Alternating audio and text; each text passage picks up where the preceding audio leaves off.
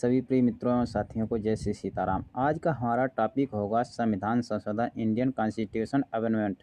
पहला संविधान संशोधन 1951 में हुआ, जिसमें मौलिक अधिकार व्यक्तियों के लिए लाए गए और जोड़े गए। 26वां संविधान संशोधन अमेंडमेंट 1971 प्रिवी पर्स को समाप्त किया गया। उसके बाद में आता है 42वां संविधान संशोधन, जिसे मिनी संविधान कहा जाता है। भाग 4 के अंतर्गत इसे जोड़ा गया।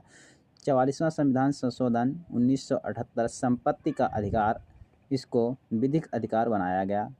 301 ए के अंतर्गत इसे रखा गया। उसके बाद में आता है 42वां संविधान संशोधन दल बदल के अंतर्गत 10वीं अनुसूची को इसमें जोड़ा गया। उसके बाद में आता है 21वां संविधान संशोधन 1967, जिसमें पहले मूल संविधान में 14 भाषाएं थीं, लेकिन 8वीं अनुसूची के अंतर्गत वर्तमान में 22 भाषाएं हैं, जिसके अंतर्गत 21वां संविधान 1967 में सिंधी भाषा को जोड़ा गया। उसके बाद में आता है 71वां संविधान संशोधन 1992। इसके अंतर्गत 3 भाषाओं को एक साथ में जोड़ा गया, नेपाली, मणिपुरी, कोंकणी, 3 भाषाओं को जोड़ा गया। उसके बाद में आता है 73वां संविधान संशोधन, जो कि पंचायत स्तर से संबंधित है। उसके बाद में आता है 89वां संविधान संशोधन 2003।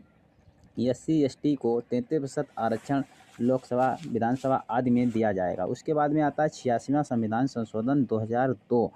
फ्री एंड कंपलसरी एजुकेशन, निःशुल्क एवं अनिवार्य शिक्षा, 6 से 14 वर्ष तक के सभी बच्चों को निःशुल्क एवं अनिवार्य शिक्षा भारत सरकार के माध्यम से दी जाएगी। उसके बाद में आता है 101वां संविधान संशोधन GST, जिसे कहते हैं गुड्स एंड सर्विस टैक्स, जिसे संपूर्ण भारत में 1 जुलाई 2017 से लागू कर दिया गया। उसके बाद में आता है 103वां संविधान संशोधन EWS, इकोनॉमिक वीकर सेक्शन वर्ग, सामान्य रूप से कमजोर व्यक्तियों को 10% आरक्षण भारत सरकार के अंतर्गत दिया जाएगा, इस कहा गया है इस संविधान संशोधन के अंतर्गत।